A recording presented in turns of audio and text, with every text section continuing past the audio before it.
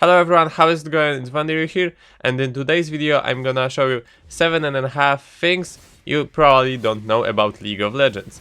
I'm not gonna focus on history of the game or lore of the game, I'll be focusing on gameplay and interactions. Let's go! Number 1. So we're gonna start this list with a Kindred. So as most of you probably realize, Kindred is already one of the best champions you can assist the enemy team, because he is the only champion that allows you to heal enemy champions. Alright, you probably know that you can heal enemy champions, but what about it? Well, one of the viewers played Kindred with Ultimate Bravery that gives you all these weird builds, and he actually got Ardent Censer. So this is where it gets tricky. So yeah, sure, you can increase your allies' attack speed by using your ult, but what's more interesting is that when you use your ultimate on an enemy, and he gets to the invulnerable part, so you need to drop him low, and then he gets healed, you will actually increase enemies' attack speed. So if you have Ardent Censer and you are Kindred, it is possible for you to increase enemies' attack speed. Keep in mind, just healing enemy won't work, so you need to drop them to the invulnerable phase and then heal them. And voila, you increase your enemies' attack speed. Number 2. Have you ever wondered how fast you can surrender in League of Legends? Have you ever been annoyed by the fact that you have to wait to 15 or 20 minutes to be able to surrender in the Summoner's Rift game? Yes, I also was, and probably all of us have been in that place. But fortunately, Riot introduced the new game mode Project Overcharge, and this is the place where you can surrender the fastest in the game. So you only need to wait 30 seconds to start your surrender vote.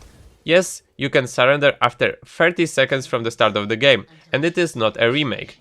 Imagine it being introduced in Summoner's Rift. For example, you play as 4 premade and you get that one random guy, and for whatever reason that guy is really unfriendly in the champion select, and then you load into the game, and what you do, you wait 30 seconds and then surrender. So you lose, but fortunately you managed to wreck that guy, so it was definitely worth it. Riot, please give us an option to surrender at 30 seconds. Thank you. Number 3. This point is actually gonna be 1.5 points, so let's start with the first part of it. So, some of you, especially Wukong players, probably know that if you use Wukong's W, you're gonna move slightly forward. You can see it really well right now on the screen.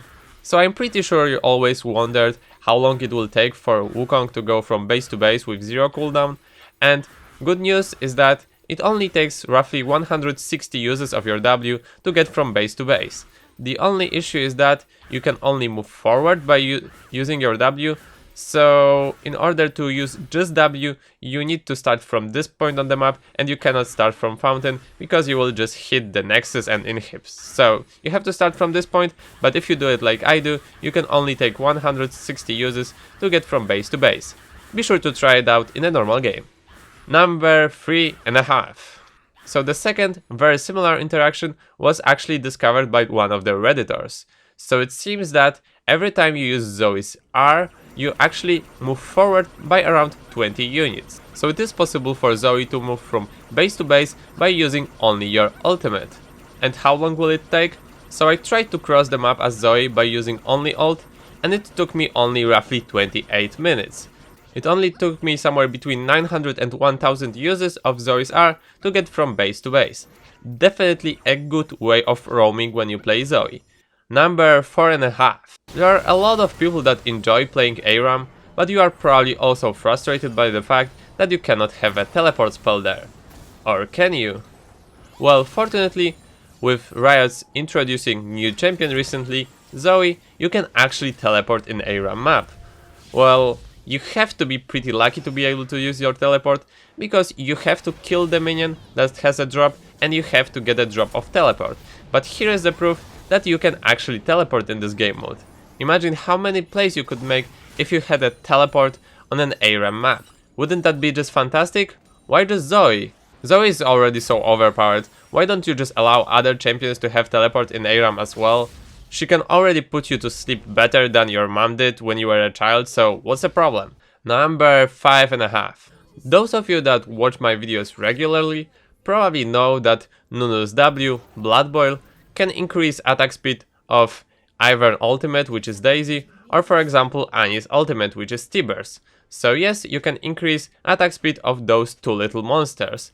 But what's really cool is that there is one very special unit that you can also increase the attack speed of. And para it is Jarvan's flag. Yes. I was also slightly surprised about it, but I think it's really cool that Nunu's Blood Boil can actually be used on the Jarvan's flag. Increasing Jarvan's flag attack speed can give you an ultimate advantage over the enemy team. So after this video, be careful when you play solo queue, because you may suddenly face Nunu and Jarvan premates, and that combo can be devastating. Sadly, Nunu cannot increase the attack speed of, for example, Teemo's Shroom or Jin's E. Well, at least you still have that flag. Number 6.5. This interaction can be done only in one specific game mode. Fortunately to all of us, it is our favorite game mode, Ascension. I know, I was also super tired of playing Ultra Rapid Fire and One for All past 2 years, so I'm really happy we can have a special interaction in this specific game mode, Ascension. So what can be done here? Well, if you play Azir and you kill the Ascended Seraph, you can actually place your turret in that place. So the new Ascended Seraph won't spawn until your turret dies. But this turret can actually allow you to make some tricky Shurima shuffles, and you can actually surprise your enemies with this strategy. So definitely worth trying. Have fun in this great game mode. Number 7.5, and this is our last point. And it's gonna be about Mordekaiser, but not only. But surprise, it's not really gonna be about Mordekaiser bug. Ho ho ho, who would have thought? Well, what you can do with Mordekaiser Ghost is that you can use it to block enemies from using the plants. So what you can do is you have your Ghost, you put it on top of the Blast Cone, for example, you have to keep spamming the R button so your Ghost stays in that place.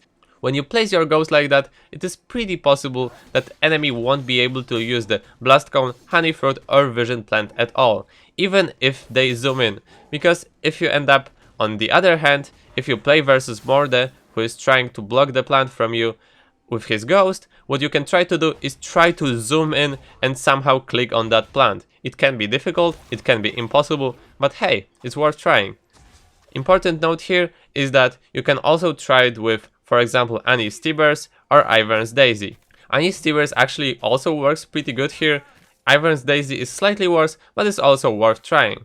Keep in mind that in the heat of a team fight, or when you're chasing someone or someone's chasing you, it can be actually very difficult for someone to maneuver around the champion that's blocking the plant, so I think it has a good chance of surprising your enemy.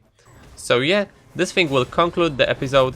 7.5 things you probably don't know about League of Legends. If you knew 2 or 3 things from this list, hey, I'm already pretty impressed, and good job for knowing that much about this game.